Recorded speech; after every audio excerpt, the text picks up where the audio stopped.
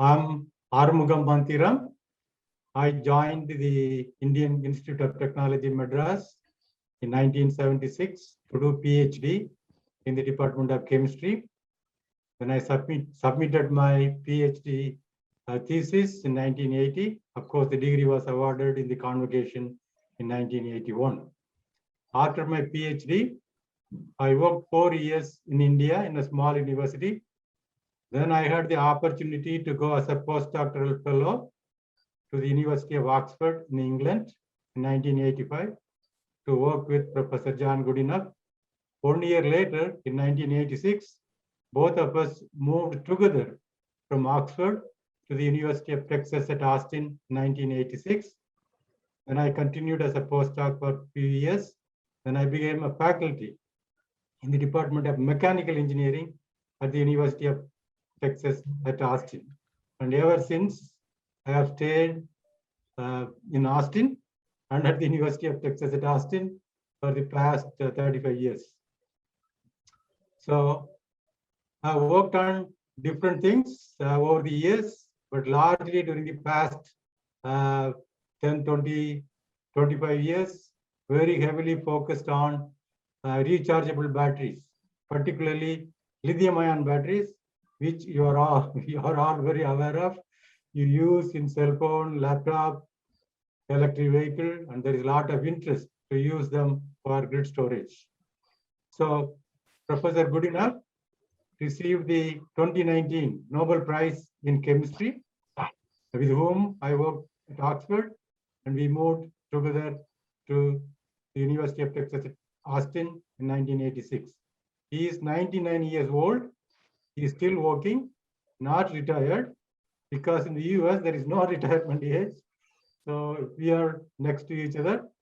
So I had the opportunity, since he is old, I had the opportunity to deliver, to give the 2019 Chemistry Nobel Prize lecture in Stockholm on behalf of Professor John Goodenough.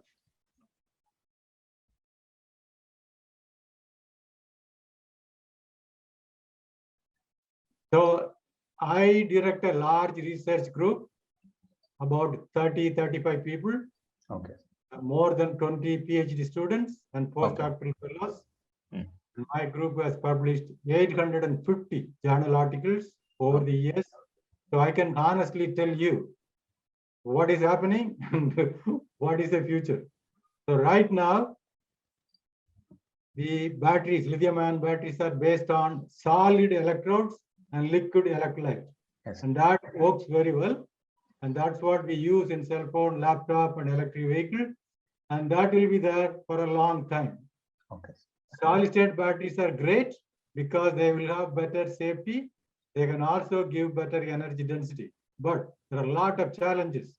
It will take time before they can be implemented.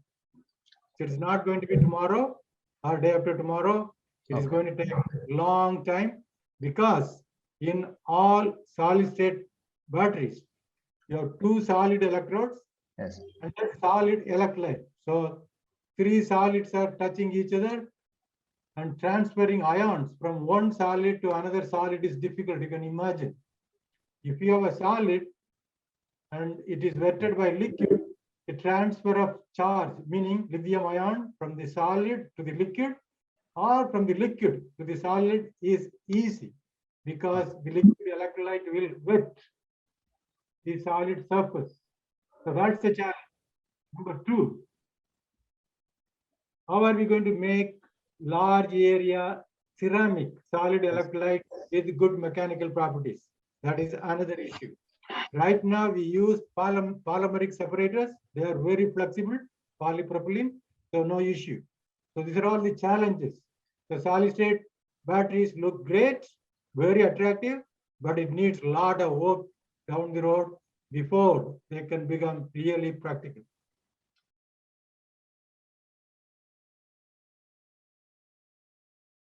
So the requirement for India is slightly different from some of the Western countries. For example, India has wide temperature variation. It can be very hot in the summer. Yes, sir. It may be 55 degrees C or 60 degrees C inside the car or outside. So what is necessary is batteries which will have more temperature tolerance. Energy density is not a very important factor, at least at the moment for India. Okay. So India should not be completely focusing similar to some of the other Western countries like US, because US really wants batteries with long driving distance, long user time before they have to be charged. For India, slightly different.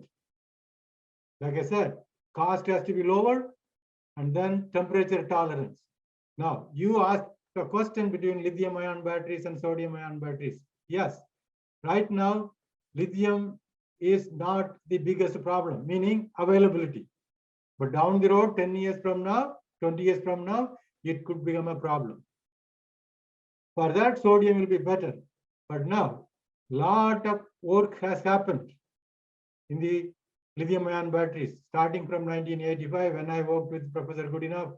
We started at 85, and then we came, and we have been working for all these years. And all the technology you use now, the cathode, you know about cathode, positive electrode, all of them, there are 3 families, all of them were developed by Professor John Goodenough, starting from Oxford to UT Austin, and that's what we use. There is no other new cathode chemistry now. That's it. We are playing around that 40 years later. So a lot of work has been done on lithium-ion batteries because there is a money flow. Batteries are sold, income is coming. So industries is working on it, universities are working on it, national labs are working on it. Sodium-ion batteries in their infancy. More work needs to be done. It is not you have done work on lithium-ion, it's the same you do with sodium-ion. No. Yes, lot of similarities, lot of similar things, but there are many more challenges we have to tackle. So it's a long way to go. Again, I'm telling you, for India, we should not be thinking about the day after tomorrow technology. What can we do now? The country really needs something now for the people to use so that you and I become very familiar. Yes, this electric vehicle can work. We can have a future like this. People have to feel it.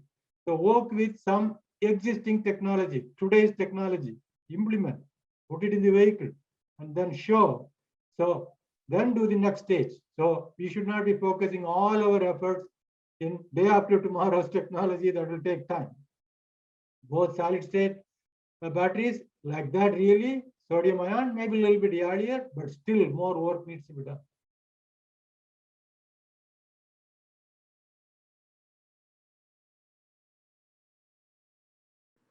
I forgot to mention about the campus earlier. I'm sorry, he told me. Now, it is the beautiful place inside the city. It's so beautiful campus, so many trees, very nice to walk around, to go around. And I really enjoyed my days at IIT, particularly the hostels are so great. The food is wonderful. You can have a lot of friends, very safe to walk inside the campus. You can go at 1 a.m., 2 a.m. to the lab to do your experiment, PhD students, no issue. So I really got a good time when I was there. I always want to go back. And I actually gave a short course 3-4 years back.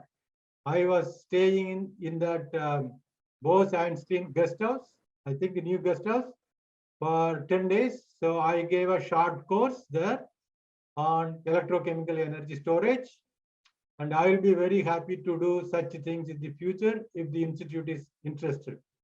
I think the people have to be educated.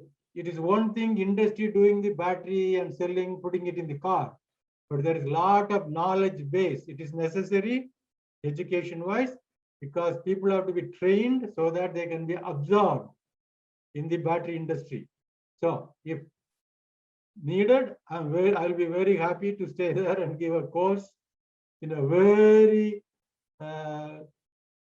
required level so that people can understand from the bottom to the top based on basic fundamental chemistry, physics, materials engineering to cell engineering and other things.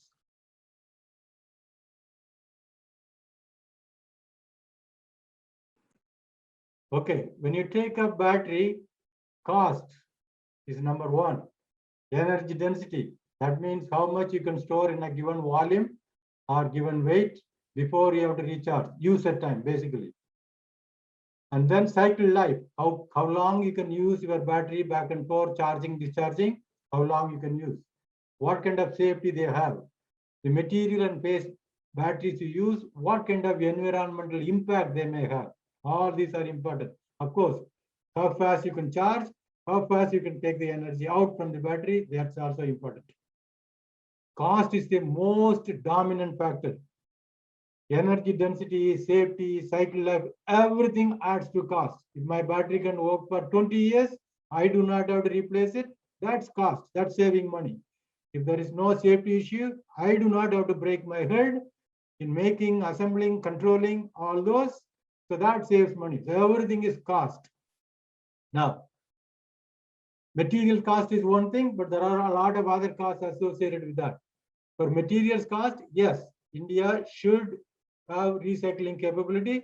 So each time we make a new battery, we do not have to buy new material. We can use the recycled material. That should happen. Battery technology has to develop in parallel. Recycling process or industry has to develop. So that's the way you bring it down. So cost has come down continuously over the past several years. And I think if it comes less than $100 per kilowatt hour, then it will become really, really competitive. People will use it rather than the combustion or internal combustion engine based batteries. And that will happen over time. So there is no other choice. For India, energy storage is very, very critical for a lot of reasons. So a lot of focus has to happen, investment has to happen, people have to be trained in institutions like IIT Madras, and then we become self-sufficient in the battery technology.